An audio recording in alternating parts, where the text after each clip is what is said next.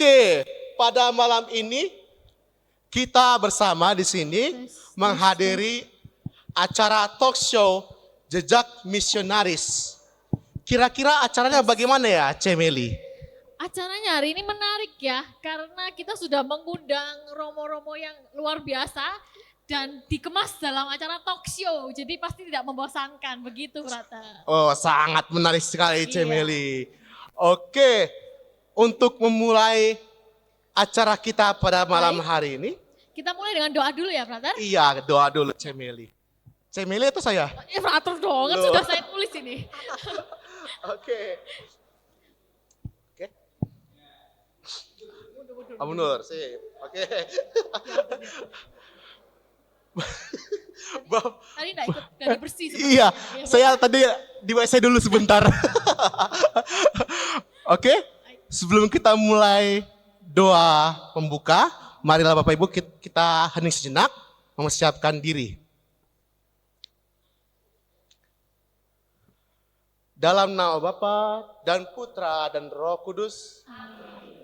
Allah Bapa Maha Kuasa, kami anak-anak-Mu mengucap syukur atas kebaikan-Mu yang boleh mengumpulkan kami bersama di ruangan ini, menghadiri acara talk show bersama pemateri-pemateri dari Kordo Karmel. Bapa, mohon berkat-Mu agar acara ini berjalan lancar, dan semoga oleh karena kebaikan-Mu pula kami memperoleh hal-hal baru yang dapat berguna bagi hidup kami dan juga perkembangan paroki kami ini.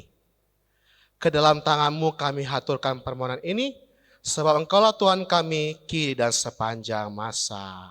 Amin. Dalam nama Bapa dan Putra dan Roh Kudus. Amin. Ada sukacita? Sukacita. Oh, kurang. Ada sukacita? Sukacita. Oke. Sebelum kita mulai acara, lebih baik ada kata sambutan. Setuju. Mari kita undang bersama Romo rekan Paroki Lumajang, Romo Brian.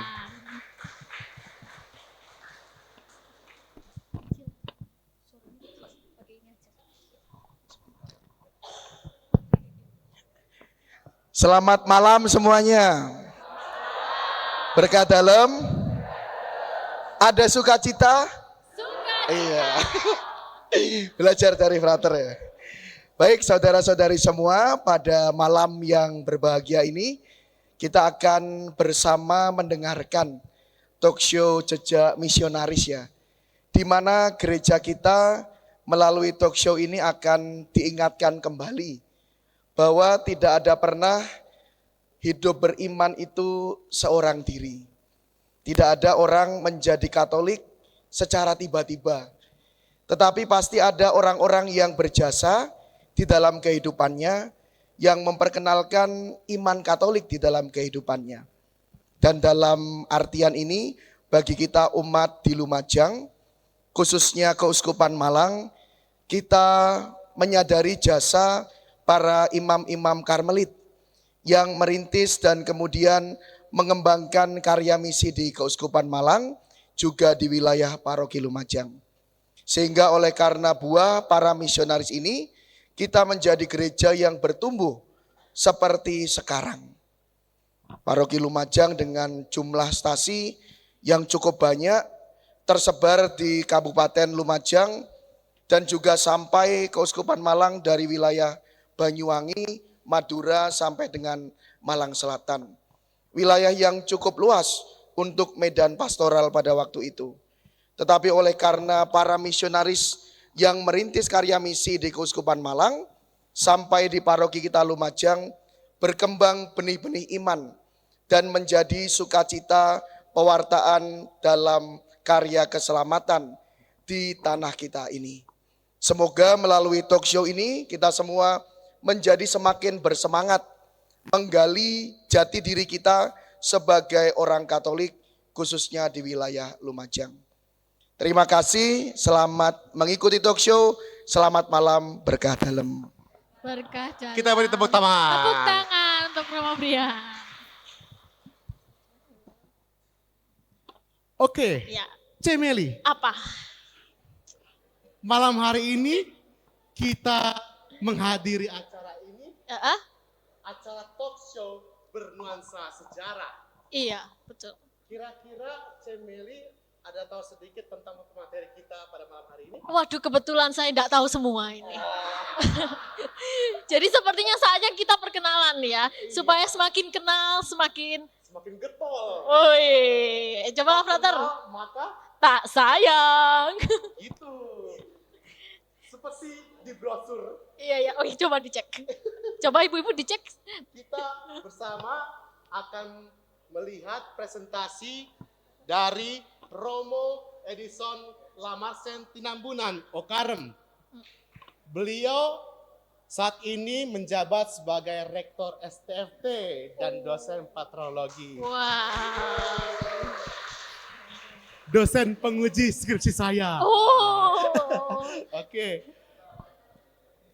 Romo Edison tidak sendiri, tetapi akan ditemani seorang Romo pemandu. Namanya Romo Carolus Sola Okarem. Oh, yang mana? Yang mana? Oh, baik. Beliau saat ini bertugas di Jakarta, bertugas tepatnya di Carmelite Center Jakarta. Begitu. Kepada Romo Edison dan Romo Karol, kami persilakan untuk datang dan duduk. Oke, disilahkan. Waktu dan tempat dipersilahkan. Hah? Dijemput? Naik becak.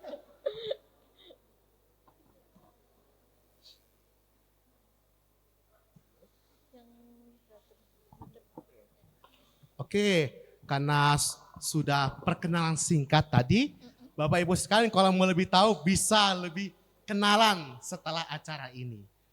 Nah, untuk masuk ke acara ini, Cemeli, kalau tidak salah kita kedatangan seorang bruder. Iya. Tadi Brudernya di kemana ya? saya juga mikir ini siapa namanya ya. Pengen Iya. kenalan juga sepertinya. Ingin saya. kenalan juga. Supaya lebih singkat, Iya. kami persilakan kepada bruder untuk maju dan memberikan pengantar pada kami. Silahkan, Bruder. Tepuk tangan dulu Bapak Ibu sekalian. Ya.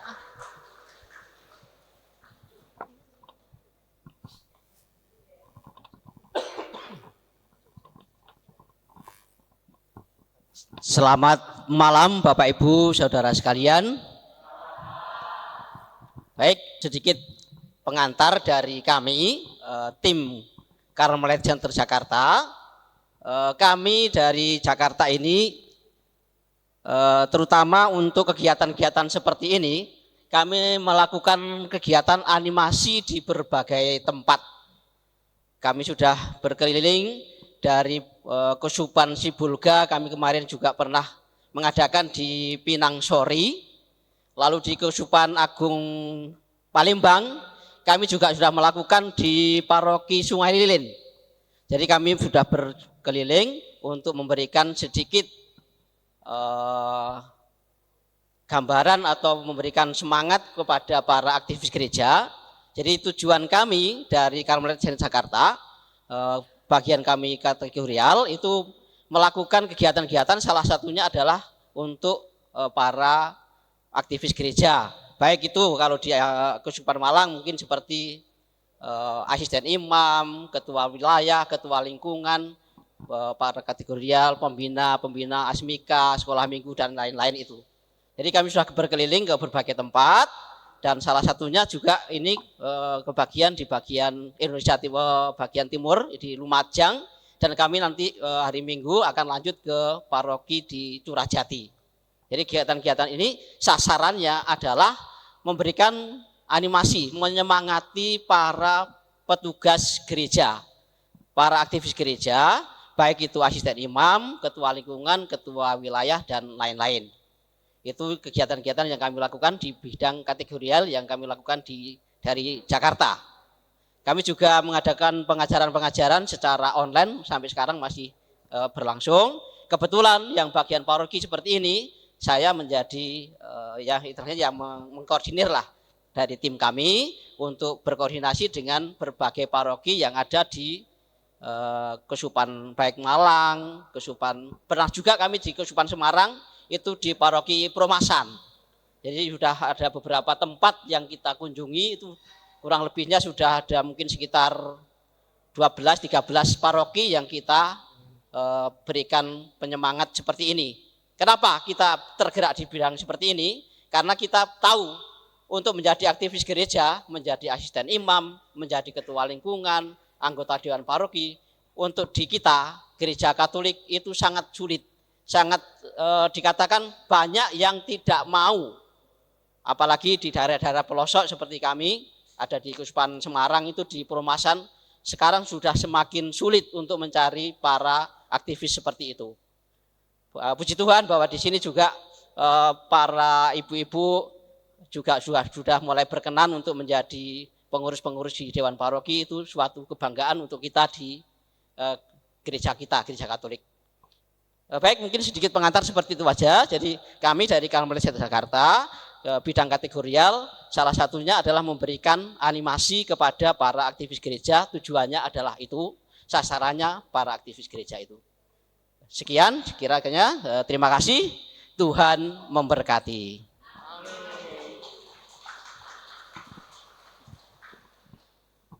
Terima kasih Terima kepada kasih, Bruder Konrad. Konrad. Namanya Bruder Konrad. Beliau sudah memberikan pengantar. Lalu juga kami memberikan sedikit informasi bahwa nanti acara talk show ini akan dilangsungkan sekitar 1 jam lebih 15 menit. Kepada Bapak Ibu sekalian, kalau mau bertanya, Ya. mohon ditahan dulu, akan kami berikan kesempatan Setelah talk show selesai. setelah talk show selesai. Jadi yang punya Begitu. pertanyaan mungkin bisa disimpan dulu atau ditulis dulu. Kemudian nanti kalau talk show sudah berakhir, kita akan masuk pada sesi tanya jawab. Tanya-jawab, Seperti itu ya, begitu. Brother. Oke, acara talk show pada malam ini akan Dimulai. akan diberikan oleh Romo Edison dan dipandu oleh Romo Karol. Kepada Romo Karol dan Romo Edison kami persilakan. Waktu dan tempat kami persilahkan. Baik, terima kasih Frater dan Saudari Celia. Reli, ya sorry. Selamat malam Bapak Ibu. Ya, sudah hadir di tengah kita Romo Edison, penulis buku Semangat Misioner yang Berkobar-kobar untuk Malang, Indonesia. Sebuah kajian sejarah tentang misi awal Keuskupan Malang. Saya ingat waktu dalam rangka 50 tahun gereja Karmel di Flores di Indonesia Timur. Waktu itu saya prior di novisiat, Romo Edison mendatangi saya dan bertanya tentang data-data penting. Lalu kemudian lahirlah dan terbitlah buku tentang sejarah misi Karmel di Flores. Demikian juga yang terjadi untuk Sumatera dan yang terakhir ini untuk Keuskupan Malang Indonesia. Ya. Baik Bapak Ibu, Saudara dan Saudari, tentu dengan talk show ini kita diharapkan untuk ya bisa menemukan ya yang adalah data-data ya tanggal, waktu, siapa, bagaimana yang tertulis oleh Romo Edison ini menjadi lebih hidup. Karena kalau berbincang langsung dengan penulisnya, maka yang tertulis dalam satu kata, ya, dalam satu kata, yang barangkali kita tidak menangkap maknanya dan maksudnya, kesempatan inilah kita akan bertanya kepada beliau. Karena bahasa tulisan berbeda dengan bahasa, ya, percakapan. Maka yang lebih menarik pasti bahasa percakapan, ya. Karena itu hari ini kita memberi judul, ya meskipun dalam rangka animasi, kita memberi judul sesi yang pertama ini sore ini adalah talk show. Kita berbincang-bincang dengan sang penulis buku ini. Baik Romo Edison, kita mulai. Bapak Ibu, seorang tokoh sejarah, bapak sejarah dunia yang bernama Herodotus, itu dia mengatakan sejarah adalah kajian perputaran jatuh dan bangun dan peradaban manusia. Jadi sebuah kajian perputaran. Jadi saling bergantian antara jatuh dan bangun, antara susah dan senang. Jadi perjuangan, ya. Dan kemudian yang melahirkan peradaban manusia atau perkembangan yang dialami oleh manusia. Dalam hal ini juga terjadi dalam Gereja Keuskupan Malang. Ada catatan sejarah, ada jatuh dan bangun, tetapi juga ada kemajuan yang kita rasakan sampai dengan saat ini. Maka kepada mungkin Romo Edison bisa menjelaskan tujuan dari penulisan buku ini. Jika dilihat dari pelayanan gereja di Keuskupan Malang dalam hubungan dengan sejarah awal bertumbuhnya keuskupan ini. Baik, terima kasih Romo Karol, dan terima kasih para Romo dan juga para umat Lumajang. Saya kira saya baru pertama kali datang ke sini secara formal, jadi praktis saya buta dengan para umat, dengan yang tinggal di sini. Tapi saya tahu beberapa hal mengenai Lumajang dari sejarahnya. Nah, seperti dikatakan tadi sebelum saya jawab pertanyaannya, topik pembicaraan ini, mungkin saya beritahu sedikit mengenai penulisan buku ini. Jadi buku ini ditulis dalam sumber-sumber yang yang semuanya dipertanggungjawabkan. Jadi saya meneliti arsip itu, baik itu di Keuskupan, di arsip Provinsi Alat Ordo Karmel, dan terlebih-lebih arsip di Belanda. Jadi di Belanda itu lebih banyak tahun 50, sebelum tahun 50 itu banyak arsip yang kita miliki di sana. Sehingga kalau nanti kalian lihat dalam buku, itu pasti setiap kata itu bisa saya pertanggungjawabkan semua. Jadi dalam sejarah artinya, kalau yang kita tahu biasanya, eksakta itu adalah matematika, dan kimia dan sebagainya dengan ada rumus-rumusnya. Tapi jangan lupa sejarah juga adalah pelajaran eksakta. Tidak mungkin kita menulis sesuatu dalam sejarah tanpa ada bukti. Itu yang penting. Sehingga apa yang ditulis dalam buku itu harus bisa dipertanggungjawabkan. Nah, kemudian juga mengenai sejarah, kalau kita berpikir sejarah itu apa? Cerita atau hanya ya kira-kira, sebenarnya bukan seperti itu. Jangan lupa juga setiap orang kita memiliki sejarah. Itu mungkin kita tidak sadari. Yang memang sejarah besar kita miliki sejarah gereja, karena lingkup kita gereja, sejarah paroki Lumajang, sejarah Keuskupan Malang. Tetapi jangan lupa juga sejarah kita. Dalam sejarah itulah nanti kalau misalnya kita belajar sejarah gereja, dalam sejarah itu berarti karena dihubungkan dengan gereja, itulah perjalanan hidup kita, hidup iman kita. Jadi Bapak Ibu misalnya mulai dari kecil, dalam keluarga, coba ingat kembali bagaimana perjalanan sejarah iman itu. Sejarah iman yang kita miliki. Memang ada sejarah ini yang sudah kita tertulis, tapi yang utama adalah perjalanan sejarah iman kita. Itu yang utama. Karena hubungan kita dengan Tuhan Allah itu diri kita.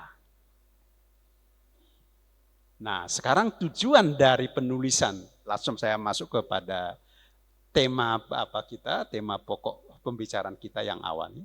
Tujuan ini supaya kita tahu perjalanan iman kita dalam keuskupan Malang ini. Secara umum, keuskupan.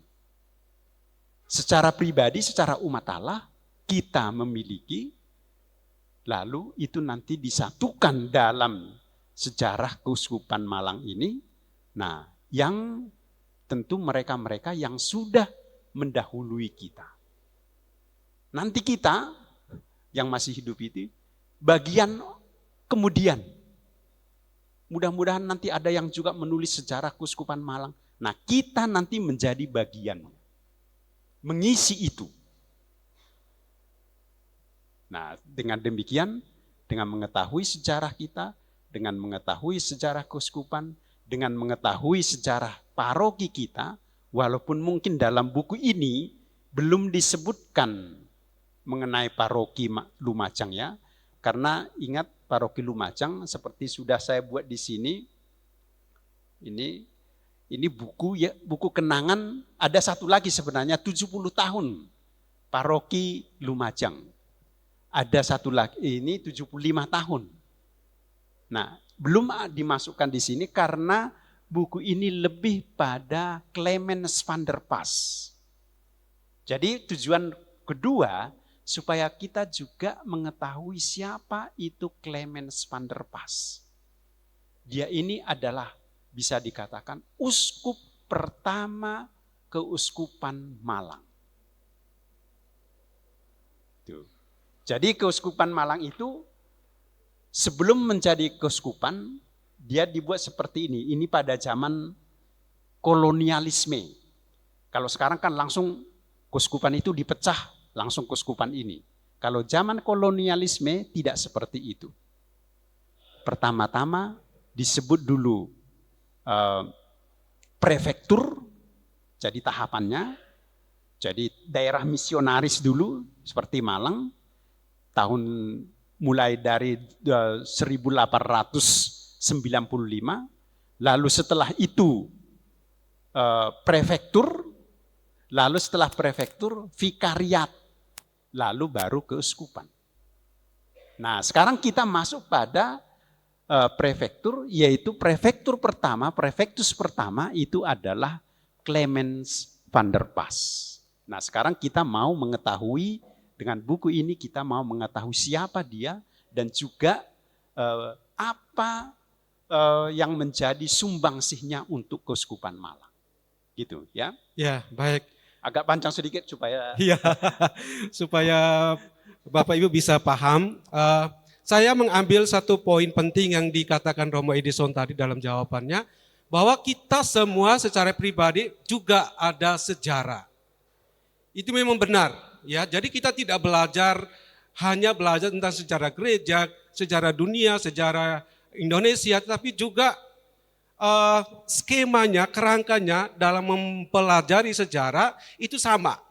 Kita pun akan melihat sejarah kita menurut kerangka waktu, lalu makna-makna yang ada di dalam tahapan-tahapan sejarah itu. Karena itu orang sering mengatakan bahwa sejarah itu tidak berjalan melangkah ke depan. Iya, melangkah ke depan, tetapi selalu melingkar. Jadi selalu melingkar, artinya selalu mengulangi. Jadi yang dulu kita lewati, nanti akan suatu waktu kita akan lewati lagi. Itu melingkar. Kalau ke depan itu berarti yang dulu kita tidak lagi melewati, selalu ke depan. Apa maksudnya? Seorang filsuf mengatakan begini, untuk melihat sejarah dan makna dari kehidupan kita pribadi, orang harus berdiri terbalik. Orang harus berdiri terbalik. Artinya apa? Ketika sampai suatu waktu pada masa tertentu dia harus membalikkan dirinya melihat seluruh kisah hidupnya, jatuh dan bangun dan apa saja yang dia alami. Jadi akan kembali ke masa lalunya. Itulah maksudnya ya berjalan melingkar, selalu kembali. Iya, seperti itu. Saya boleh meringkas dari yang dikatakan Romo Edison tadi. Karena itu pertanyaan lebih lanjut adalah apa yang mau kita pelajari dari Clemens van der Pas. Karena kalau kita melihat sejarah itu selalu mengulang. Apakah dengan mempelajari dan melihat semangat yang ada dalam diri Clemens van der Pas, kita ingin mengambil sesuatu dan apa itu yang dimaksudkan? Semangat apa maksud saya? Demikian Romo. Baik, kalau kita lihat judul bukunya itu Semangat Misioner yang berkobar-kobar dari Clemens van der Pas. Nah, itu, kalau kita melihat judul ini berarti ada sesuatu hal yang sangat luar biasa dalam diri Clemens van der Pas ini mengenai misi. Nah, di situ saya ceritakan sedikit mengenai riwayat hidupnya di Belanda. Setelah dia ditabiskan menjadi imam, kebetulan dia imam Karmelit, dia ditempatkan menjadi prior di Zenderen. Zenderen itu daerah agak ke utara, sekitar 3 tahun. Lalu 2 tahun kemudian pindah dekat Amsterdam. Nah, dari situlah dia sebagai imam muda menawarkan diri menjadi misionaris. Jadi kita mau belajar dari dia, semangat misinya itu yang begitu luar biasa. So, bayangkan masih imam muda, dia sudah menawarkan diri menjadi misionaris.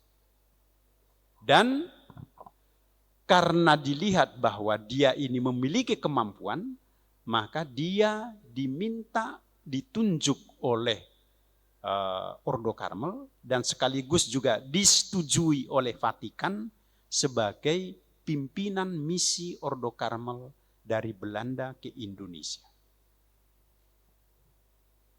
Mereka itu pertama itu 3 orang. Jadi Clemens van der Pas itu yang menjadi pimpinannya, misalnya penanggung jawab. Kemudian ada lagi Linus Henkens namanya.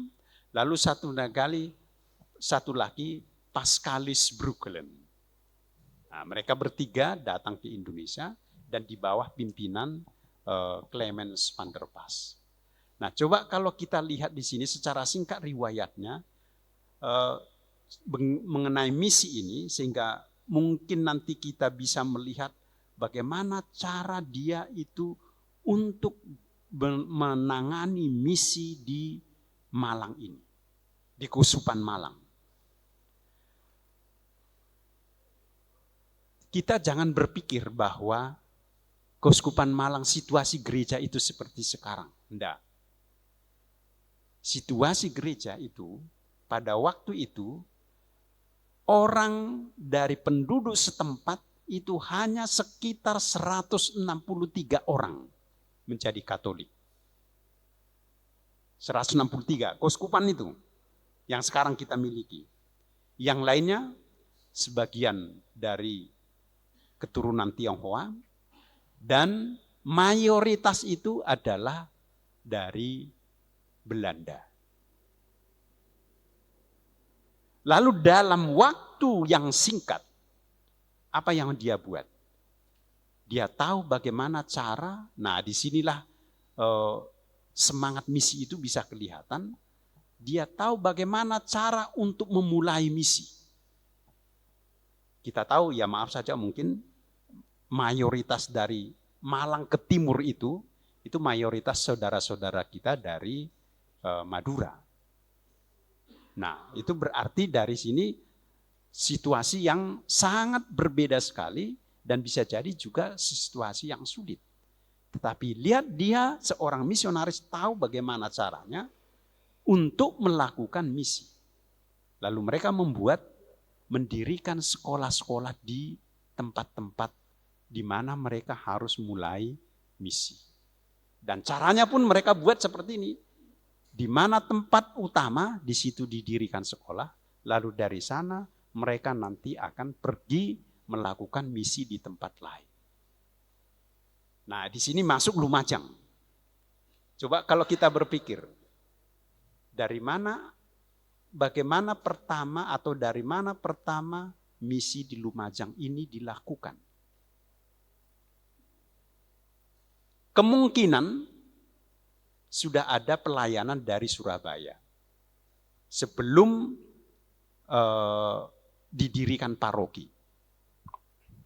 Pada sebelum tahun 23. Mengapa saya katakan begitu? Karena Jatiroto itu adalah salah satu tempat penting pada kolonialisme. Ada 3 sebenarnya daerah sini, daerah sekitar Probolinggo, Malang ini, Probolinggo Pasuruan. Jadi Jatiroto termasuk karena pabrik gula itu. Ada Pasuruan, pelabuhan. Nah ingat, pelabuhan itu sangat penting pada kolonialisme. Karena itulah nanti pintu keluar masuk barang-barang dari Indonesia atau dari Belanda untuk distribusinya. Dan yang juga tidak kalah penting itu adalah besuki. Besuki itu tahu kenapa penting? Ayo kenapa? Kalau Jatiroto oke lah, kalian pasti gula. Pasuruan pelabuhan, pasti segala barang-barang yang mau dibawa ke Belanda pasti dari sana. Besuki kenapa? Bako. Besuki itu dan satu lagi tempat di Deli Serdang itu adalah penghasil bako berkualitas paling baik di Indonesia. Dan dijadikan menjadi, daunnya itu dijadikan menjadi cerutu. Biasanya untuk cerutu itu daunnya itu harus tipis. Nah itu penghasilannya, hasil dari sana itu menjadi yang menjadi pilihan. Dan termasuk juga Deli, Sumatera Utara.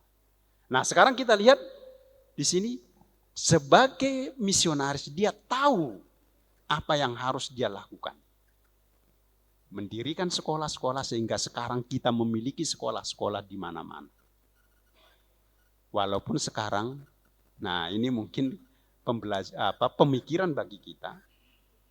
Mereka sudah melakukan itu dengan itulah cara yang terbaik mereka lakukan. Sekarang mungkin kita sekolah itu mundur. Jadi sebenarnya bukan tanggung jawab mereka lagi. Karena situasi pada waktu mereka adalah dengan mendirikan sekolah-sekolah. Nah sekarang kalau sekolah mundur berarti tanggung jawab kita. Mungkin ada sesuatu yang perlu diperbaiki, direfleksi, atau sistem. Nah misalnya seperti itu. Nah dengan ini maka kita tahu sungguh-sungguh bagaimana nanti cara hidup, cara misi dari Clemens van der Vass ini. Dia sebenarnya bermisi di sini hanya sebentar. Ya, kalau kita lihat bukunya dia datang tahun 23, 27 menjadi prefektus, tahun 33 meninggal. Jadi berapa tahun itu cuma? Paling 13 tahun. Tapi dia membuat dasar untuk Keuskupan Malang. Nah, coba nanti baca buku ini, nanti akan kita lihat bagaimana dia ini memang sungguh-sungguh seorang misionaris yang sungguh-sungguh berkobar-kobar untuk Keuskupan Malang. Nah, kembali sedikit mengenai Lumajang ini, sebenarnya komunitas selain Jatiroto ya, komunitas yang paling dulu di sini adalah Sukorno. Sukorno, ya, itu tahun 26 sudah ada. Ya. Nah pasti Bapak Ibu mungkin ada yang dari sana mungkin. Itulah komunitas yang pertama di sana. Coba lihat di sini, di dalam buku nanti. Ya.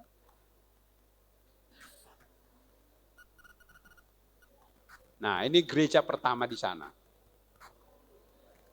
Lihat begitu simpelnya. Nah ini dilayani dari mana? Dilayani dari Probolinggo. Probolinggo itu paroki tahun 24. lalu melayani Sukorejo. Dari Probolinggo kemudian pasti sudah pasti ada di Jatiroto, itu sudah pasti ada umat. Lalu melayani Jatiroto, Sukorejo, lalu mulai merembet ke timur, ke Jember. Ya. Bahkan sebelumnya itu ada nanti di timur sana ada lagi Gelagah itu. Itu sudah ada sebelum Jember malah. Nanti bagian saya nanti ke Gelagah itu orang Curahjati. Nah itu nanti saya singgung kepada mereka. Disitulah pertama sekali gereja Katolik di timur sana. Gitu. Nah lihat ini. Sudah ada sekolah di sini. Tahun 26. Di Sukorejo. Ya. Sekarang saya kira dia masuk paroki Tanggul ya. Nah, tapi kalau teritorial, kalau kita lihat, nah itu kan sekarang masuk sana, tapi pada jauh itu sebenarnya masuk bisa dikatakan Lumajang. Itu. Nah lihat sekarang kita lihat, oh ternyata bisa, mengapa bisa seperti itu perkembangannya? Nah ini berkaitan dengan kolonialisme, karena periode itu masih kolonialisme. Nah ini mungkin yang bisa melihat nanti. Nah di sini juga nanti foto-foto itu saya sudah masukkan banyak. Ada bahkan berkat Carmel Vision itu mereka merepro foto-foto dari periode Clemens van der Pas. Jadi nanti bagian akhir dari pembahasan ada itu kronik berdasarkan foto. Jadi foto-foto yang ada di Keuskupan itu direpro, lalu karena dibuat berdasarkan kronologi, sehingga kita nanti ketahui foto demi foto itu berbicara tentang sejarah Keuskupan Malang. Itu ya. Baik Romo, terima kasih jawabannya.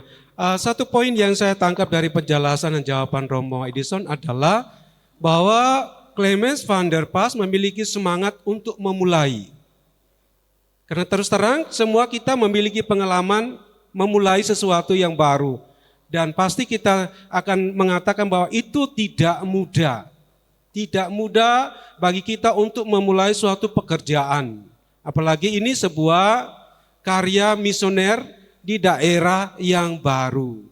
Jadi dari sana kita bisa menangkap apa yang menjadi semangat Van der Pas adalah ya dengan semangat yang besar yang berkobar-kobar dia memulai segala sesuatu yang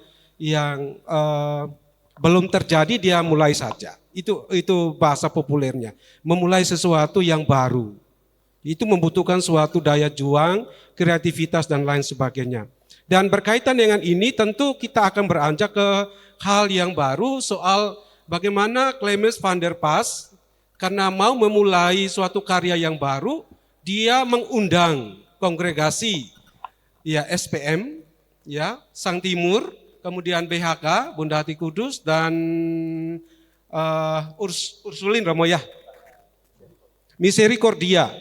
Jadi untuk yang bidang pendidikan ada 4, Sang Timur, SPM, kemudian Ursulin dan BHK. Sedangkan di bidang kesehatan Misericordia.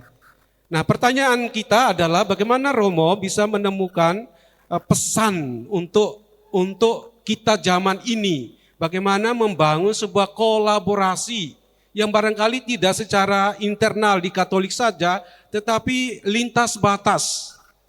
Ya, seperti yang selalu didengung-dengungkan oleh Paus kita Fransiskus, agar kita terlibat di dalam proses ya sivilisasi kemasyarakatan lintas batas. Demikian Romo. Baik, terima kasih. Jadi gini,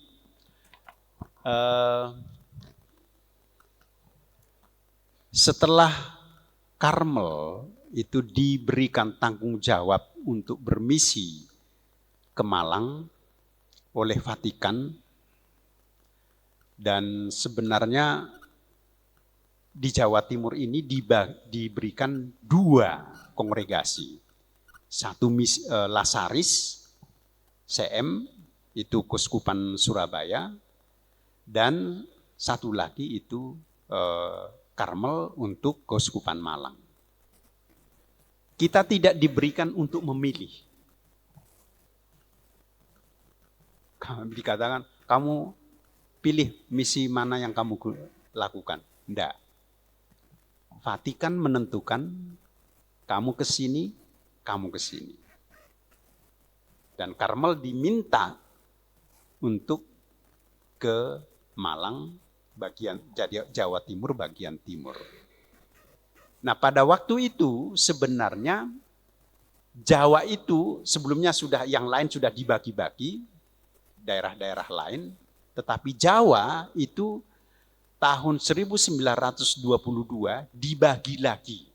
Karena sebelumnya Jawa itu hanya Jesuit, seluruh Jawa. Lalu supaya misi itu bisa ditangani dengan baik, maka Jawa itu dibagi lagi untuk ditangani para misionaris. Nah, Jawa Barat diserahkan kepada Salib Suci, yaitu di Bandung pusatnya. Lalu Jesuit itu diserahkan seluruhnya Jawa Tengah. Sebelumnya itu di Jawa Timur termasuk juga Malang itu ditangani oleh Jesuit. Lalu Jesuit di Jawa Tengah, lalu Jawa Timur diberikan kepada 2 kongregasi, yaitu Lasaris dan Karmelit. Nah, sekarang kalau kita cerdas, gitu, kenapa Jawa Timur itu dibagi 2? Kenapa tidak Jawa Tengah? Kenapa tidak Jawa Barat? Kenapa Jawa Timur? Karena Jawa Timur itu daerah yang sulit. Maka dibagi 2 oleh kongregasi. Lalu diberikan kepada Karmelit, Jawa, Malang dan bagian timur. Apakah Karmelit menyesal mendapatkan Malang? Oh, enggak menyesal. Kalau kami menyesal, enggak, kalian enggak kami kenal. Justru inilah mungkin jalan Tuhan untuk gereja kita. Nah, sekarang begitu Karmelit menangani datang ke Indonesia, sebenarnya di Belanda pun Provinsial Ordo Karmel itu sudah meminta kerjasama dari beberapa kongregasi. Karena memang di Belanda itu perkembangan kongregasi itu begitu pesat pada waktu itu, lalu meminta kepada beberapa kongregasi untuk datang ke Malang. Yang pertama sebenarnya diminta itu adalah BHK. Itu diminta pertama sekali. Tapi mereka itu mulai ada di sini, saya tulis di sini. Nanti bisa dilihat begitu banyak arsip-arsip tentang mereka. Bagaimana alotnya itu untuk meyakinkan mereka supaya datang ke Malang. Alot. Alasannya kami ingin mengembangkan kongregasi lah, kami tidak punya uang, kami ragu apakah bisa bermisi di Malang. Akhirnya mereka bisa sampai memutuskan untuk datang pada tahun 1929. Dan saya yakin bahwa mereka bersyukur bahwa Karmelit meminta mereka. Mengapa saya katakan bersyukur? Yakin bahkan senang. Karena kalau mereka tidak jadi datang ke sini, saya yakin bahwa kongregasi mereka di Belanda itu sekarang sudah mau mati. Di sana hanya tinggal beberapa orang saja, itu pun tinggal hanya 1 biara saja. Itu pun nanti kalau mereka anggotanya sudah mati semua, ya sudah, biara dijual. Gitu. Tapi ini pemikiran saya, tapi realitasnya memang demikian. Lihat mulai tahun 23, baru 6 tahun kemudian baru diputuskan untuk datang. Yang pertama sebenarnya diajak untuk kerjasama itu adalah Santa Perawan Maria dari Amersfoort, SPM. Saya kira ada suster ya di sini sekarang ya. Ada susternya, suster. Ya, ada. Iya. Jadi mereka datang itu sudah tahun 26. Mereka sudah sampai di Indonesia. Ya, mereka datang, Memang diminta langsung oleh Provinsial Ordo Karmel di sana, kalian mau enggak ke Indonesia? Butuh di sana. Nah, dan saya yakin juga para suster SPM itu sekarang merasakan Jadi di mana ada Tidak Karmel, menyesal. di situ ada SPM, Romo ya. tidak Romo, menyesal datang ke sini. Romo, di mana ada Karmel di situ ada SPM, Nah, itulah. karena sejarahnya begitu. Itu. Oke, lanjut Romo. Dan mereka langsung sebenarnya diserahkan komunitas itu di Probolinggo. Maka biara mereka pertama itu di Probolinggo. Ya. Lalu kemudian nanti membuka komunitas di Jember, lalu sudah itu baru ke Lawang. Dari Lawang baru ke Malang. Lihat bagaimana perjalanan mereka itu. Lalu yang satu lagi itu adalah, jadi Amersfoort itu dengan Boxmeer itu memang mereka sudah berdekatan ya, apalagi nanti ada di komunitas Karmel di Zenderen itu pasti selalu berdekatan dengan Amersfoort. Lalu kongregasi yang ketiga adalah itu Misericordia. Nah, kebetulan Misericordia itu memiliki komunitas biara berdekatan dengan Karmel di Boxmeer. Itu cuma sekitar paling 100 meter di belakangnya. Dan berarti ada kerjasama sudah waktu di situ. Mereka juga menangani rumah sakit di sana. Dan sekarang Clemens van der Pas meminta, di sini ada klinik yang mau ditinggalkan. Lalu Clemens van der Pas ini langsung meminta, tolong ke Provinsial Ordo Karmel di Belanda, tolong mintakan Misericordia supaya datang ke sini. Ada klinik yang mau dilepaskan oleh orang Belanda, dan ini kalau dilepas dan pasti akan rugi. Nah, itulah klinik itu sekarang rumah sakit RKZ Malang. Coba kalau dilepas waktu itu, Misericordia nggak mau datang, hilang itu sekarang. Nah, untungnya mereka itu langsung menanggapi. Oke, kami kirim, langsung dikirim 4 suster. Lalu diambil alih klinik itu, mulailah membuka rumah sakit RKZ itu. Gitu luar biasa, lihat.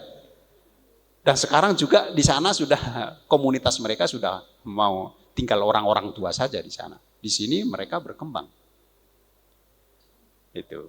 Satu lagi kongregasi yang kemudian diminta untuk menangani sekolah yaitu Sang Timur. Mereka baru bisa datang tahun 32. Misericordia itu datang tahun 29, hampir bersamaan dengan Bunda Hati Kudus. Bunda Hati Kudus juga BHK itu tahun 29. Dan biara yang dibangun pertama itu tahu mana? Untuk BHK. Hah? Celaket. Itu begitu indah itu. Zaman itu indah sekali itu biara itu. Sekarang tetap juga indah. Biaranya dari dulu sampai sekarang yang sebegitu. Celaket itu. Di atasnya kantor polisi itu. Wah, itu biara yang dibangun dan itu di atas prakarsa di Clemens van der Pas mencarikan tanah itu. Ini loh, tanah ada. Kamu bangun biara kamu di situ. Ya kurang apa lagi? Nah, lihat. Lalu kemudian Sang Timur diminta, ini ada sekolah-sekolah di sini. Kalau kalian mau sangat membutuhkan untuk penanganan sekolah. Lalu mereka tanggapi, mereka datang dan membuka komunitas pertama itu tahu di mana? Pasuruan. Itulah komunitas Sang Timur pertama. Dari sana nanti mulai mereka berkembang, mengembangkan sayap kemana-mana. Nah, itu semua ada di sini. Ya, dalam buku ini, sehingga kita lihat nanti suster-suster yang saya katakan tadi itu memang nanti ada bedah buku juga di Malang. Nanti tentu para kongregasi ini diundang untuk melihat bagaimana misi awal itu ditangani bersama-sama.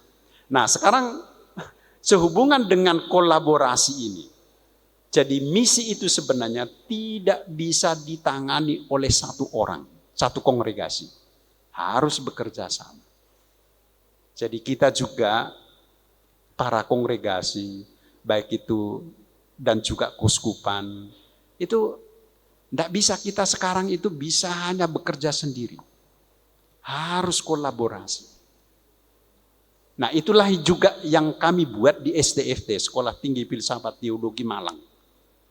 Mendapat banyak pujian dari yang lain karena kita berkolaborasi, bekerja sama.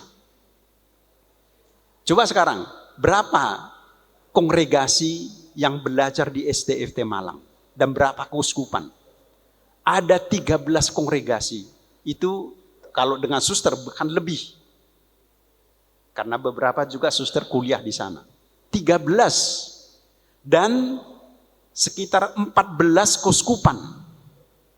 Jadi lihat itu 27 28 tarekat yang bekerja sama di STFT itu. Nah, kalau misalnya itu memang didirikan oleh Karmel dan CM, kalau Karmel hanya CM aja yang bekerja dengan Keuskupan Malang, cuma 3 bekerja sama. Nah, kesetengah kita kesulitan. Tapi dengan kerjasama itu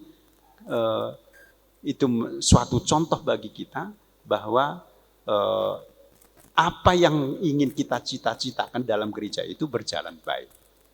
Nah ini yang mungkin yang bisa kita lihat bahwa dengan belajar dari misi awal ini mereka bekerja sama sungguh-sungguh. Dan coba nanti lihat misalnya baca apa kerjasama mereka itu. Tidak bisa saya katakan semua di sini nanti malah panjang sekali gitu. Ya, coba dilihat apa kerjasama mereka. Dari situ nanti kita bisa menyimpulkan, oh iya memang luar biasa kerjasama mereka ini. Nah sekarang permenungan bagi kita para kongregasi dan juga tentu dengan umat, ya apa yang supaya kita juga menggalang tetap kerjasama itu. Itu Romo. Baik Romo, terima kasih jawabannya. Baik Bapak Ibu, barangkali kita akan lanjutkan pertanyaan, tapi saya bertanya, apakah dari penjelasan Romo tadi ada hal-hal yang perlu ditanyakan? Iya, syukur. Nanti akan ada sesi tanya jawab. Yang diharapkan itu adalah pertanyaan diskusi, sehingga kita bisa baku sharing. Ya. Karena itu kita kembali ke pertanyaan wawancara, bincang-bincang saya dengan Romo Edison. Yang maksudnya adalah supaya kita bisa menangkap sari dari buku ini. Nanti kemudian akan kita kerucutkan dalam diskusi.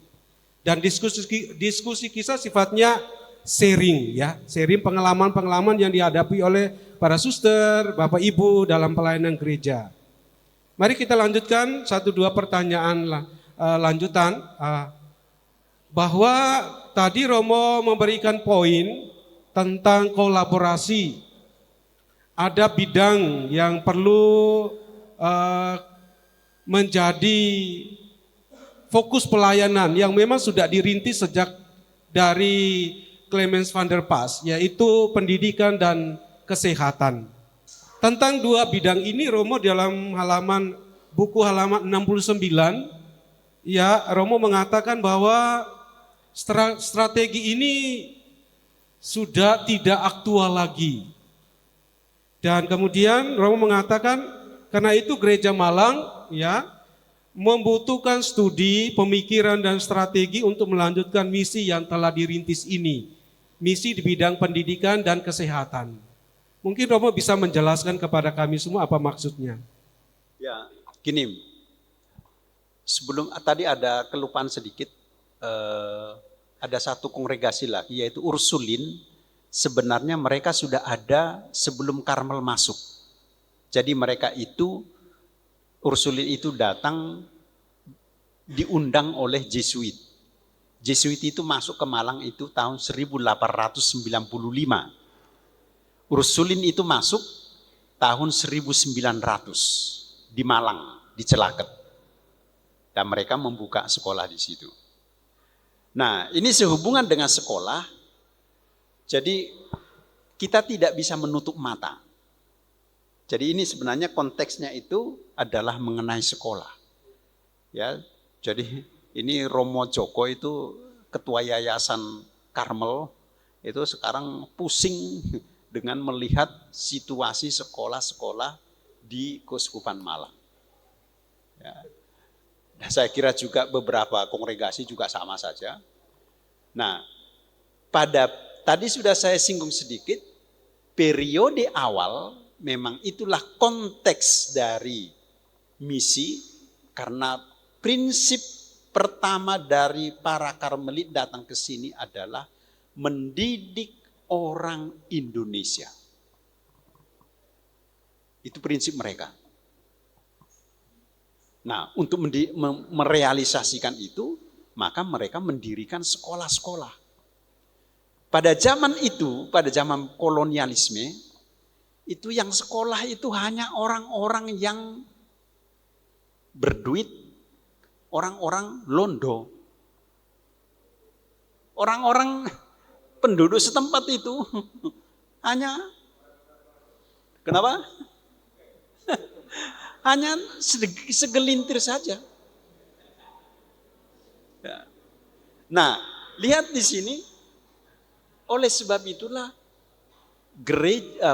Clement van der Pas dan yang lain itu mendirikan sekolah-sekolah. Yang paling banyak didirikan adalah sekolah, istilahnya pada waktu itu, ya maaf ini tidak enak didengarkan, sekolah pribumi.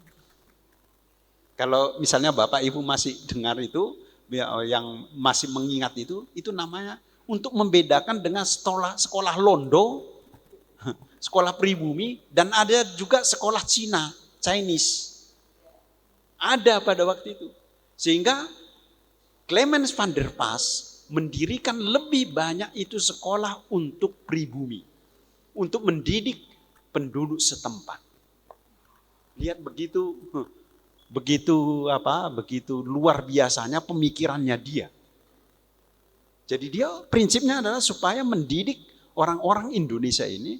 Kalau orang-orang londo itu ya sudah, mereka anak-anaknya sekolah semua. Ya.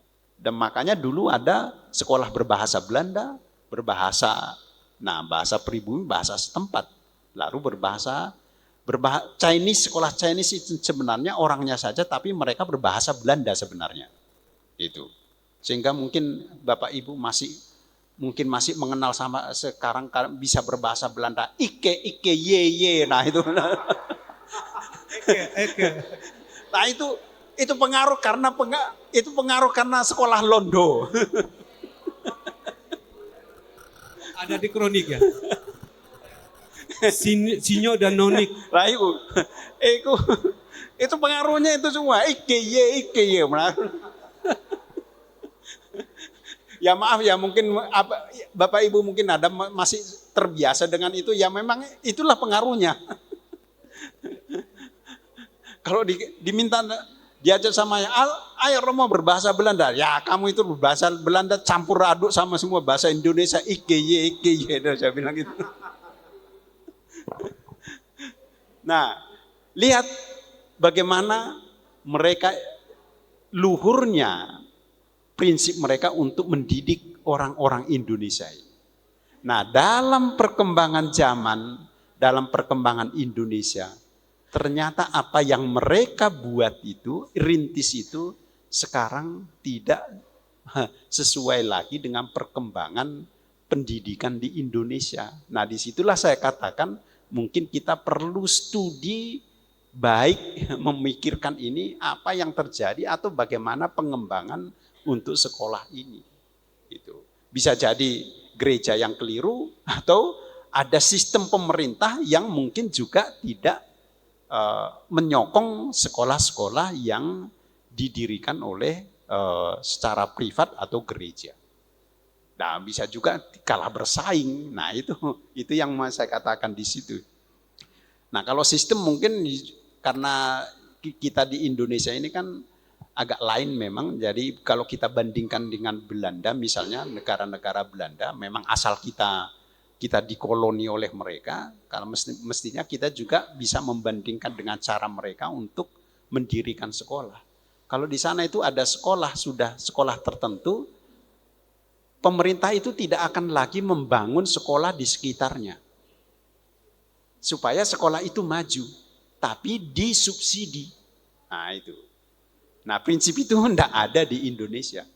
Sehingga bisa jadi mati di sekolah itu. Ya silakan.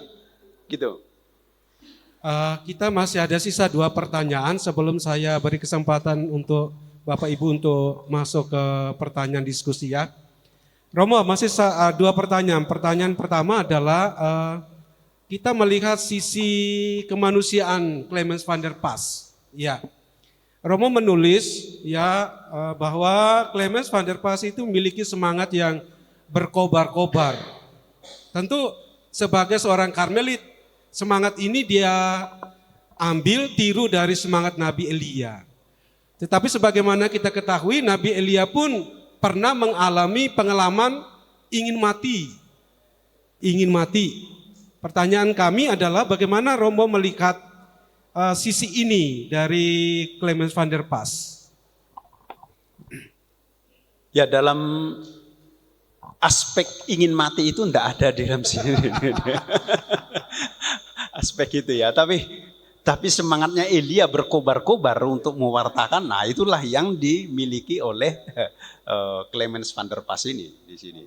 Dari sehingga itu bisa saya lihat bahwa buahnya itu ya gereja yang kita miliki sekarang, situasi kita sekarang ini.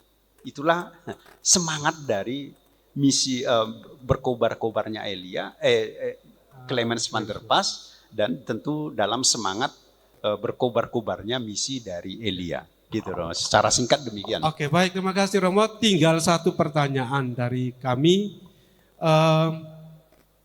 Ada semboyan 100% Indonesia, 100% Katolik, atau 100% Katolik, 100% Indonesia.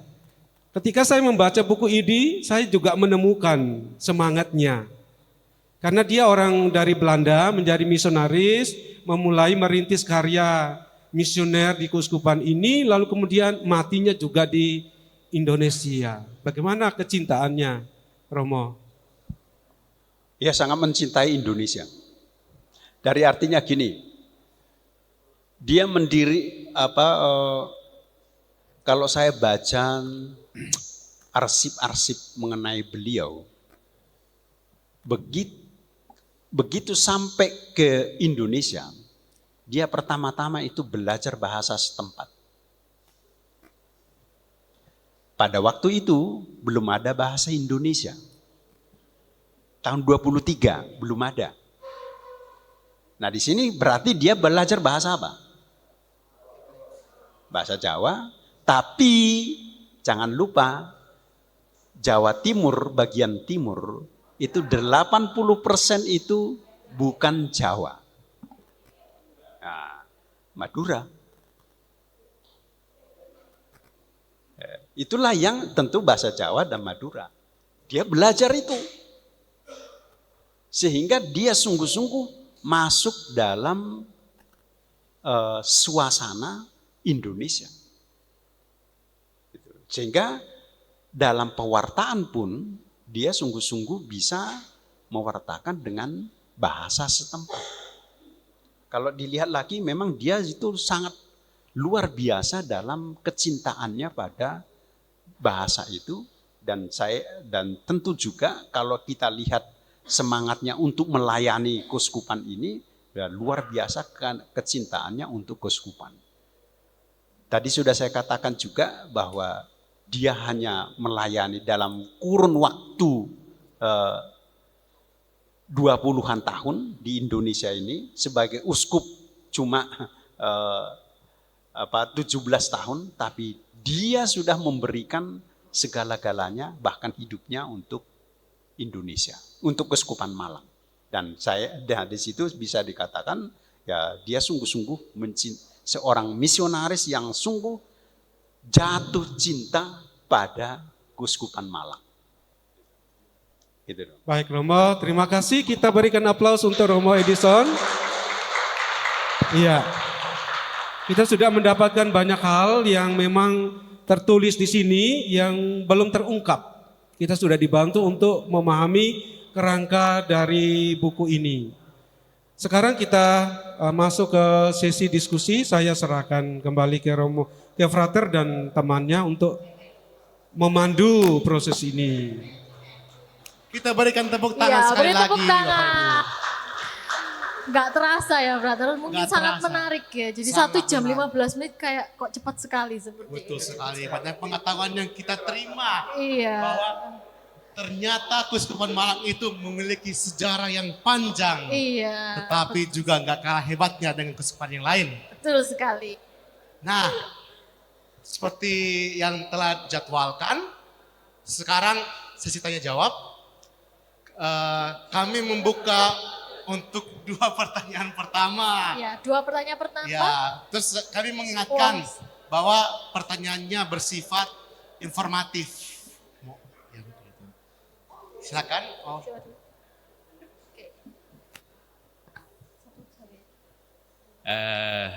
Untuk Romo Edison, yang pertama,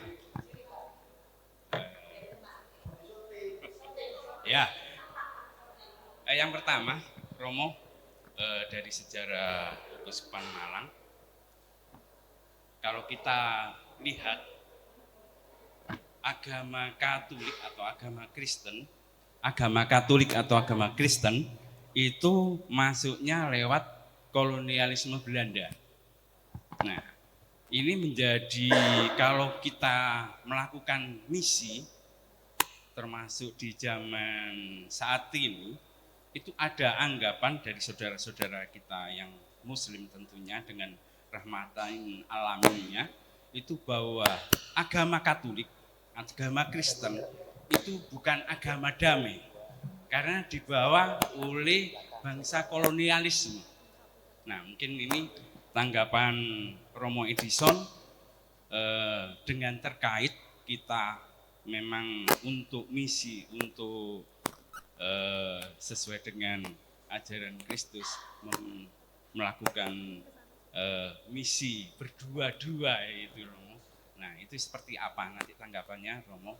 Kemudian yang kedua, yang tadi disebutkan sebetulnya misi yang pertama dari Romo Clement Pais ini di Besuki itu dengan melakukan bahasa Madura yang utama. Tapi kalau kita lihat misi di Madura, karena umat Madura itu lebih banyak kontra dengan agama Kristen. Ini mungkin tanggapan Romo Edison seperti apa? Terima kasih. Ya. Ini satu-satu dulu ya, Satu-satu. supaya tidak lupa. Romo, poinnya adalah seperti gagal. Langsung aja. Langsung ya, silakan. Ya. Jadi gini, informasi dulu supaya kita tahu sedikit latar belakangnya ini ya. Itu makanya kalau belajar mengajar sejarah itu banyak cerita tapi ada dasarnya.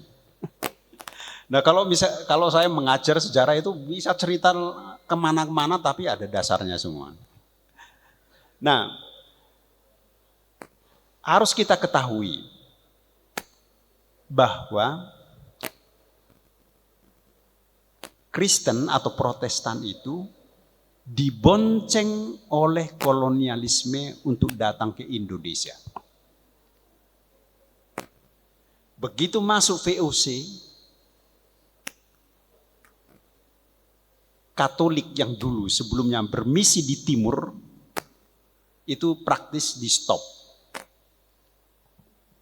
Semua di stop sehingga Flores itu praktis berhenti walaupun kemudian juga tetap masih ada. Lalu dengan lahirnya datangnya VOC. Lalu dibonceng Protestan sehingga didirikanlah gereja-gereja Protestan. Sehingga jangan merasa cemburu kalau misalnya mereka sudah maju, misalnya GKJW apa segala macam itu di daerah kita, di tempat lain juga sama saja.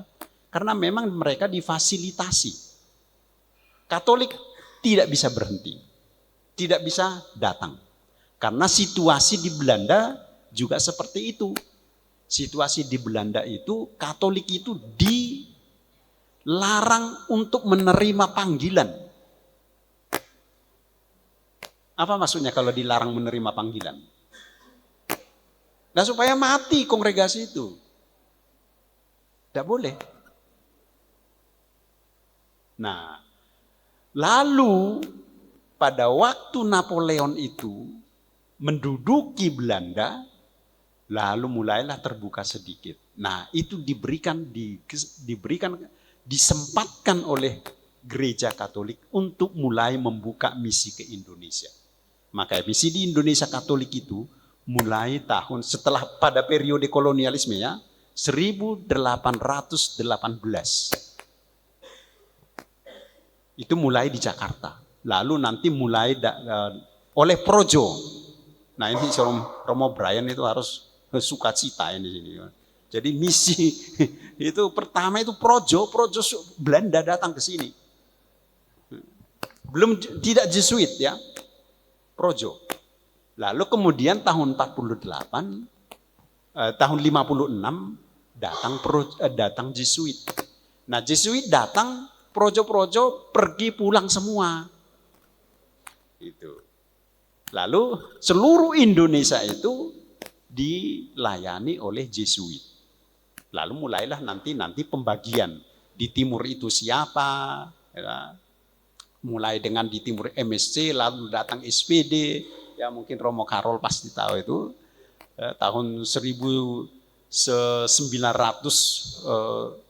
sekitar 36 sekitar itu, sebelumnya 26 sekitar itu, atau 18 sekitar itu, lalu nanti langsung kongregasi yang lain, Kapusin. Nah, jadi kalau dikatakan baru mulai masuk ke Jesuit masuk, malu dibukalah vikariat, prefektur. Seluruh Indonesia cuma satu prefektur, yaitu Batavia waktu itu. Ya, Batavia. Nah, bayangkan seluruh Indonesia. Nah, karena tapi Protestan itu membuka di mana-mana. Sehingga di Sumatera juga sama saja, Protestan itu mereka mendapat fasilitas semua, dan di tempat-tempat lain juga sama saja. Nah, kalau dikatakan gereja Katolik atau Protestan itu bukan pembawa damai, nah ya itu kan mungkin saya kira untuk realitasnya mungkin bukan seperti itu. Kita semua justru melakukan damai itu. Gitu. Nah, kalau misalnya dari Protestan itu seperti itu, memang mereka awalnya memang dibonceng, sehingga mereka mendapat fasilitas untuk itu semua. Tapi saya kira juga mungkin tidak ada maksud mereka untuk tidak membawa damai. Gitu. Ya kalau kita baca-baca bukunya, ya tidak ada memang untuk perang di Indonesia itu antara Protestan dengan tidak ada semestinya. Gitu. Ya, itu yang pertama. Terus yang kedua, tadi sudah saya katakan 80% itu penduduknya bukan Jawa. Nah, itu berarti seluruh pesisir Jawa Timur bagian timur dan bagian juga di pedalaman, di bagian tengah itu sudah mereka. Jadi masuk akal bahwa mereka para misionaris ini, Clement van der Pas itu mempelajari itu. Nah, kalau misalnya di Madura sampai sekarang itu belum bisa, nah memang situasi sosial memang nggak memungkinkan untuk itu. Kalau kita lihat mereka tahun 36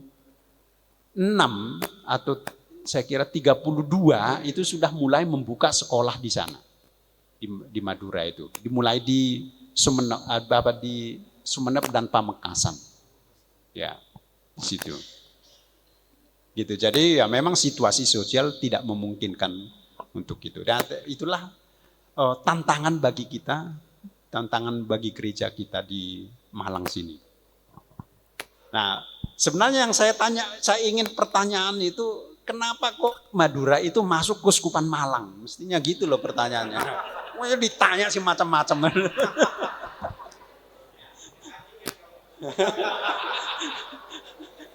Masa aku yang bertanya, aku jawab sendiri. Iya, Frater lanjutkan. Ya, baik, terima kasih. Lanjut ke pertanyaan kedua. Baik Romo, ada hal yang menarik, tadi memang Romo mengatakan sulit ya di Kuswan Malang. Selama ini kita berusaha mengenal bagaimana sejarah perkembangan di Indonesia. Kalau di Jawa Tengah dari Romo Vandit, kemudian dengan sekolahnya akhirnya bisa mengembangkan cukup banyak. Sedangkan di sini, di saat pertama kali Ordo Karmel itu mendapat tempat di Kuswan Malang, cerita-cerita awal bagaimana Romo menghadapi kesulitan yang dihadapi dengan situasi apakah sudah ada orang-orang Katolik di sini atau apakah karena ada pabrik-pabrik tebu penyebarannya apakah dari sana lebih dulu ataukah memang ada perpindahan dari Jawa Tengah itu sampai akhirnya ke Sukerno kemudian di Projiwo ada penyebaran kok ada hubungan-hubungan orang-orang yang dari Jawa Tengah sehingga menyebar di Jawa Timur. Hubungan dengan ini bagaimana? Itu saja saya tanya Romo. Ya, sebenarnya saya singgung juga itu dalam buku ya, tapi enggak apa-apa. Tidak semua saya kira dapat buku. Jadi itu gini, tadi sudah saya singgung sedikit bahwa persentasi, saya buat kata yang tidak mengenakan ya, persentasi pribumi, Katolik pribumi itu sangat minim sekali. Artinya yang penduduk setempat. Tadi sudah saya katakan kalau dalam catatan itu begitu datang Karmelit, datang ke sini, itu 163 orang. Satu keuskupan itu. Sekarang itu yang kita buat satu keuskupan. Yang penduduk setempat. Nah, lalu yang lainnya gimana? Kok bisa, bagaimana perkembangan gereja Katolik? Nah, di sini juga ada, saya singgung, tapi saya informasikan gini. Tadi sudah saya singgung bahwa Sukerno itu termasuk salah satu, termasuk pertama gereja di Lumajang sini. Dalam saya buat begini ya, konteksnya Lumajang. Kenapa? Karena pada zaman kolonialisme, beberapa orang dari Gunung Kidul itu dibawa ke sini untuk bisa, karena kita tahu Gunung Kidul itu dan sebagai daerah sana itu situasi ekonomi itu sangat sulit, sehingga datang ke sini untuk bekerja. Bekerja di, ya bisa dikatakan di perkebunan, di kebun tebu dan juga pabrik. Dan bukan di situ saja, di Balai Arjosari, Malang Selatan, Kepanjen, itu juga banyak orang Jawa yang Katolik. Nah begitu Clemens van der Pas itu datang, mereka menemukan itu. Bahwa di sana ada orang Katolik di Balai Arjosari, juga di Sukorno itu ada orang Katolik yang asalnya dari Jawa Tengah. Lalu mereka mulai melayani itu sehingga didirikanlah di sana sekolah itu. Di Sukorno itu. Dan termasuk juga di Balai Arjosari. Sehingga itu istilahnya mereka itu anak yang hilang ditemukan kembali. Gitu. Karena sebelumnya karena Jesuit mungkin karena keterbatasan tenaga mereka tidak bisa sampai melayani itu. Nah, kemudian jangan lupa juga perkembangan Katolik di Belanda itu juga mempengaruhi perkembangan Katolik di Indonesia. Karena banyak yang koloni ini, orang-orang kolonialisme itu datang dari Belanda, itu mereka sudah Katolik dan datang ke Indonesia. Dan mereka tetap Katolik di sini, sehingga para misionaris ini melayani mereka juga. Gitu. Sehingga nanti banyak di perkebunan-perkebunan, banyak di pabrik itu juga orang Katolik yang asalnya dari Belanda. Itu bahkan ada inspektur di Balai Arjosari dari Malang Selatan itu dulu ada perkebunan karet dan juga perkebunan lainnya pada periode kolonialisme. Ada satu inspektur Belanda itu menjadi Karmelit. Dia itu dulu inspektur, tapi dengan kehadiran Ordo Karmel dia mau menjadi Karmelit. Dan studi di Belanda. Sudah itu dia kembali lagi ke Indonesia. Itu ada. Saya kenal satu Romo juga, Karmelit. Nah ini lebih unik lagi. Dia itu orang tuanya itu bekerja di perkebunan di Jember, lalu lahir anaknya, lahir di Jember. Lalu setelah kolonialisme mereka pulang ke Belanda. Lalu anaknya ini masuk ke Karmel, misionaris ke Brasil. Lalu setelah dari misionaris kembali ke Roma, ke Eropa, tinggal di Belanda. Tinggal di Roma. Lalu dia mati tahu mati di mana? Di Paris. Wah, luar biasa sekali. Lahir di Jember, pulang ke Belanda, misionaris ke Brasil, tinggal di Roma, mati di Paris. Siapa nggak suka seperti itu? Bayangkan, nah itu mengapa bisa seperti itu? Karena memang mereka keluarga dari kolonialisme itu sudah banyak yang menjadi Katolik datang ke Indonesia. Kalau saya ke Belanda, nah saya kebetulan juga mengajak memberi kuliah di sana. Kalau saya ke sana, kadang-kadang itu ketemu dengan orang-orang Belanda yang dulu sudah di Indonesia. Atau orang tuanya, atau dia kalau sudah tua, pernah ke Indonesia. Bahkan mereka itu, oh dulu orang tua saya itu di kota ini, di kota ini. Kamu sudah pernah ke sana apa belum? Belum ya, sudah datang ke Indonesia. Bilang gitu aja. Gitu.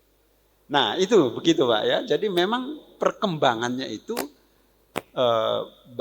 memang dari penduduk setempat itu memang pertama-tama itu anak yang sudah sebelumnya umat yang sebelumnya tidak dilayani, kemudian dilayani, lalu berkembang, dan tentu juga dengan pelayanan sekolah itu, dengan cara itu juga umat semakin berkembang, diberikan pendidikan, nah itu menjadi umat semakin berkembang. Gitu. Jadi memang tentu nanti dengan kehadiran paroki juga itu bisa memberikan suatu pertambahan umat. Nah, mungkin satu lagi strategi dari para misionaris ini, mereka memiliki cara. Jadi mereka mendirikan satu paroki yang sentral, dari situ nanti mereka melayani ke tempat lain. Lalu mendirikan di tempat itu lagi, di tempat lain lagi yang sentral, lalu melayani di situ, sekitar itu. Jadi lihat, paroki pertama didirikan oleh Karmel itu Probolinggo. Mereka melayani Kelakah, Besuki, Jember, termasuk Lumajang. Saya yakin Sukoharjo, karena ada Sukoharjo, pasti melayani Lumajang. Tidak usah khawatir, pasti dilayani. Paling tidak Jatiroto itu pasti dilayani. Karena banyak Londonnya. Karena banyak di sana bicara ike, ye. Nah itu. Lalu setelah itu didirikan paroki di Jember. Dari Jember nanti melayani ke sekitarnya. Lalu Gelagah Agung. Gelagah Agung itu berarti lebih timur lagi. Ya, dari sana baru melayani nanti ke tempat-tempat lain. Nah, lihat strategi mereka. Gitu. Jadi mereka memang sungguh-sungguh memikirkan itu. Ya, tahu persis caranya. Untuk melakukan mewartakan gereja itu. Ya, gitu, Mai. Mungkin ada yang kelewatan, enggak tuh? Terima kasih Romo. Kita buka satu penanya terakhir. Satu penanya terakhir. Satu penanya terakhir. Oke, Bu Ro. Maaf.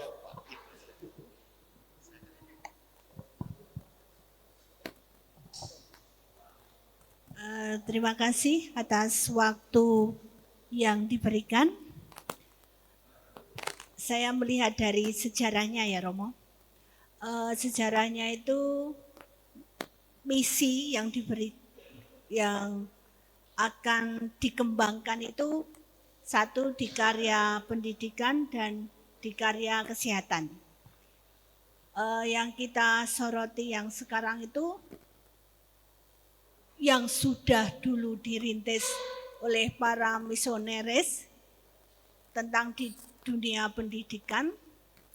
Terus sekarang itu pendidikan yang sekolah-sekolah Katolik. Kita semuanya ini sekarang sebenarnya juga merupakan atau diwarisi biar menjadi misioneris untuk mempertahankan sekolah Katolik gitu ya, Romo. Yang menjadi pertanyaan saya, bagaimana ya kita akan mempertahankan sekolah Katolik di saat ini seperti yang dulu dicita-citakan oleh para misioneris. Itu tantangan berat bagi kita semuanya. Kalau dulu memang ada pepatah anak Katolik diwajibkan atau diharapkan untuk sekolah di Katolik. Yang kedua, nah ini suatu misi terutama di Keuskupan Malang ini, Yayasan Karmel itu kan miliknya Keuskupan Malang. Alangkah baiknya apakah para romo yang juga sudah termasuk misioneris itu terjun langsung di sekolah-sekolah Katolik, apakah masih ada harapan ke situ? Terima kasih, Romo. Saya langsung ya, supaya enggak habis waktu. Jadi gini, tadi sebenarnya sudah saya singgung sedikit ya, tapi itu sebenarnya untuk bisa menjawab itu perlu penelitian, permasalahannya itu apa. Dan saya memang tidak memberikan membuat suatu penelitian untuk itu. Nah itu mestinya kan harus dilihat bekerja sama dengan berbagai kongregasi, dan juga tentu apalagi sekarang itu yang paling berkenan itu, yang paling mengena itu adalah keuskupan, yaitu Yayasan Karmel ini. Nah itu mestinya perlu diperhatikan itu persoalannya itu apa. Nah, apakah sistem di pendidikan di Indonesia yang kurang tidak mendukung untuk itu, seperti tadi sudah saya katakan, misalnya saya bandingkan, bukan berarti kita ke Belanda-Belandaan, itu bukan itu sebenarnya toh. Tapi kadang-kadang memang kalau kita pikirkan secara secara pikiran sederhana, nah mengapa misalnya kok ada sekolah yang sama itu didirikan berdekatan kayak gitu. Nah itu misalnya kalau sungguh-sungguh itu kalau negara itu, kalau pemerintah itu sungguh-sungguh mau mendirikan membuat suatu kemajuan pendidikan, nah mestinya kan sekolah itulah yang sudah ada itu ditangani lebih baik supaya tetap jalan. Nah itu makanya bisa jadi permasalahannya di situ. Bisa jadi juga masalah lain. Bisa jadi mungkin kita motivasinya mungkin sudah berbeda. Gitu. Nah itu saya tidak membuat studi untuk itu. Dan itu pasti membutuhkan data-data yang sungguh benar. Kalau enggak nanti kita malah membuat suatu kesimpulan yang tidak akurat untuk itu. Gitu. Ya memang ya sekarang memang kelihatannya keuskupan itu melalui Yayasan Karmel. Saya kenal sungguh Romo Joko itu ketua yayasan itu. Ya sekarang memang dia berjuang untuk untuk sekolah-sekolah Yayasan Karmel yang ada di sini. Tapi kelihatannya memang berat semua. Gitu. Gitu ya Bu ya. Ya, makasih. Ya kalau romo-romo itu masih banyak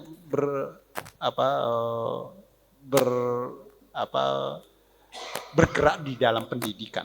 Dan saya kira juga Frater juga bisa mengajar di sekolah atau agama atau apa. Kehadiran frater itu kan bisa juga misalnya, atau romo itu misalnya di sekolah itu sudah memberikan suatu semangat gitu. Ya. Itu supaya fraternya juga nanti suruh masuk ke sekolah itu. Frater disuruh mengajar menari. Ya, terima Gitu. kasih. Terima kasih Romo. Mari kita beri tepuk tangan untuk pembicara kita dan juga untuk para penonton. Mungkin satu lagi ya. Ya, Kalau silakan, kalian Romo. lihat di screen itu ada perbedaan tanggal meninggalnya Clemens van der Pas itu. Di dalam buku juga saya berikan ini semua. Jadi lihat di sini, pertama-tama memang saya baca dokumen necrologium. Necrologium itu artinya daftar kematian Karmel. Ya. Nah, lihat di sini daftar kematian Karmel itu di Indonesia itu tanggal 16 Desember 1933. Di Belanda itu tanggal 15 Desember 1933. Nah, itu bisa saya mengerti. Kalau ini perbedaan itu bisa saya mengerti. Mengapa seperti itu? Karena perbedaan waktu antara Indonesia dengan Belanda. Misalnya seperti ini. Itu beda waktu itu 6 jam. Kalau misalnya sekarang diinformasikan bahwa misalnya tadi pagi, bukan nanti, misalnya jam 3 atau jam 3 pagi atau jam 4 pagi, itu misalnya, contohnya saja ya, Clemens van der Pas itu meninggal, itu berarti misalnya itu tanggal 16, nah di Belanda itu masih hari sebelumnya, jadi tanggal 15. Jadi dulu itu sarana informasi paling cepat itu adalah telegram. Masih ada yang mengalami telegram? Nah, itu kalau ada telegram masuk, itu berarti dicatat berdasarkan tanggal masuk di mana telegram itu diterima. Tadi itu bisa dimengerti. Tapi yang paling tidak saya mengerti itu ini di kuburan. Itu kuburannya Clemens van der Pas itu. Saya itu pertama waktu membuat penelitian ini, saya pikir di necrologium itu kok berbeda. Saya yakin itu oke, saya bisa mengerti perbedaan itu karena perbedaan waktu. Coba saya pergi ke makam. Apa benar tanggal segitu, tanggal 16? Nah, saya pergi ke makam, ternyata meninggalnya itu tanggal 6 Desember. 10 hari bedanya. 10 hari. Nah, sekarang coba saya berikan pertanyaan. Mana yang lebih saya percaya? Alasannya? Karena orang lagi sedih pasti ingat kematiannya tertulis di prasastinya. Alasannya apa? Alasannya adalah tidak mungkin, itu kan berdasarkan tanggal kematian itu tidak tertulis di salib. Pasti saksinya banyak. Bahwa tanggalnya itu meninggal tanggal 6 Desember 1933. Kalau keliru menulis tanggalnya itu, umat yang ada waktu itu pasti protes. Jadi saya menggunakan ini, yang di kuburan. Karena banyak saksi untuk itu. Nah, sekarang saya buat catatan, kalau ada menemukan arsip yang lebih kredibel, apa yang saya katakan itu bisa dikoreksi. Nah, itulah kita sebagai penulis sejarah, kalau berdasarkan data kita meragukan, nah itu bisa, kalau ada penelitian lebih lanjut lagi, yang lebih kredibel, tidak masalah, apa yang kita tulis itu dikoreksi supaya benar. Tapi dengan dasar tadi yang saya katakan itu, saya lebih percaya sekarang dengan ini. Lihat. Sekarang itu tadi saya buat itu mungkin kalian tidak mengerti ini maksudnya apa. Ya. Oke, makasih.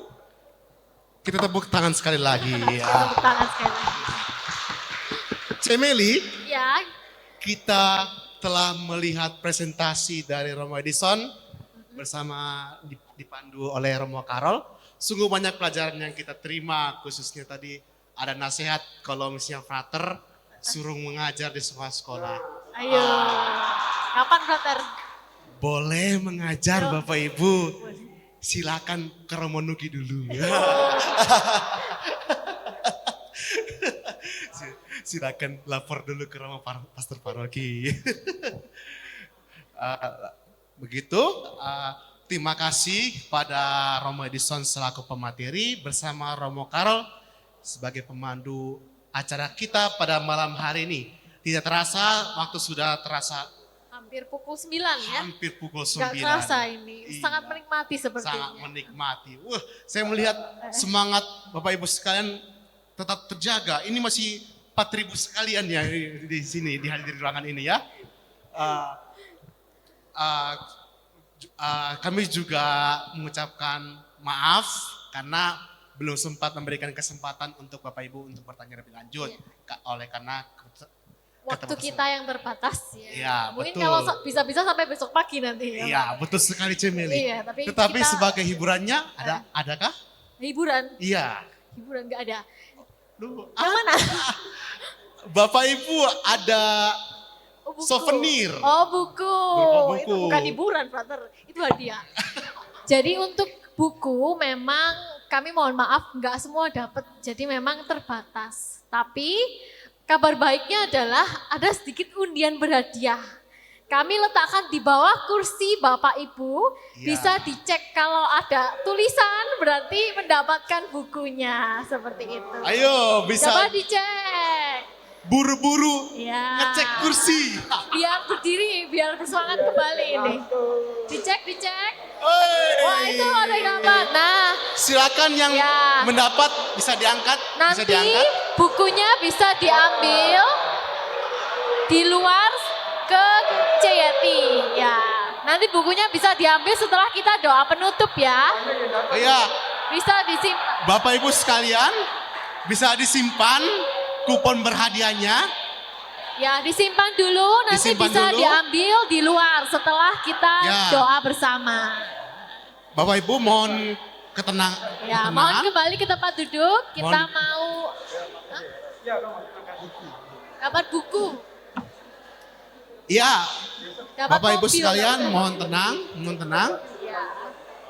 Bapak Ibu mohon Kalau tenang. sudah silakan kembali ke tempat semula, Bapak Silakan Ibu. kembali ke tempat semula, Ya, Bapak Ibu. Bapak Ibu. Ya. Nanti bisa ditukar setelah kita keluar dari gedung ya ke Ceyati yang ada di luar. Oke? Ya, Bapak Ibu mohon tenang, Bapak, Ibu. Bapak Ibu mohon tenang, Oke, silakan kembali ke tempat duduk. Duduk dulu Pak Ibu. mohon perhatiannya Terlalu Bapak Ibu. bersemangat ini sampai akhirnya tak mau duduk. Ya, jadi Bapak Ibu sekalian bila Bapak Ibu beruntung nanti bisa ditukar Setelah kita selesai acara keluar gedung nanti ke Ceyati yang ada di luar. Ya, nanti mohon tertib. Lalu juga untuk menutup acara pada malam hari ini kita mendengar closing statement dulu dari Romo Edison.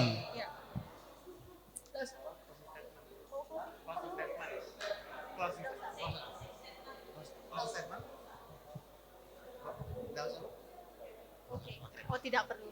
Oke, kita langsung doa penutup. Oke, setelah doa penutup nanti kita foto bersama dahulu ya Bapak Ibu. Mari kita hening sejenak. Dalam nama Bapa dan Putra dan Roh Kudus. Amin.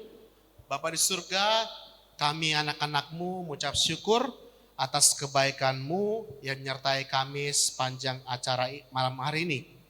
Kini kami hendak pulang, membawa segala hal baru, wawasan baru, dan juga kekuatan iman yang baru ke dalam hidup kami, khususnya untuk menjalani hidup kami di hari esok. Kiranya Engkau melindungi segala perjalanan pulang kami, dan juga Bapa, kami haturkan doa ini dengan perantaraan Kristus Tuhan kami. Amin. Dalam nama Bapa dan Putra dan Roh Kudus. Amin. Bapak Ibu, kami mengucapkan terima kasih karena telah hadir di sini, berpartisipasi di sini dan mengikuti acara sampai selesai. Mohon maaf bila ada kekurangan dari panitia, mohon maaf ada kesan kata dan perilaku. Sebelum kita pulang, kami mengajak Bapak Ibu sekalian Untuk berfoto bersama dengan Romo. bersama Romo Materi dan Romo Pemangku. Ya. Silahkan. Silakan Ibu, Bapak Ibu foto dulu. maju dulu.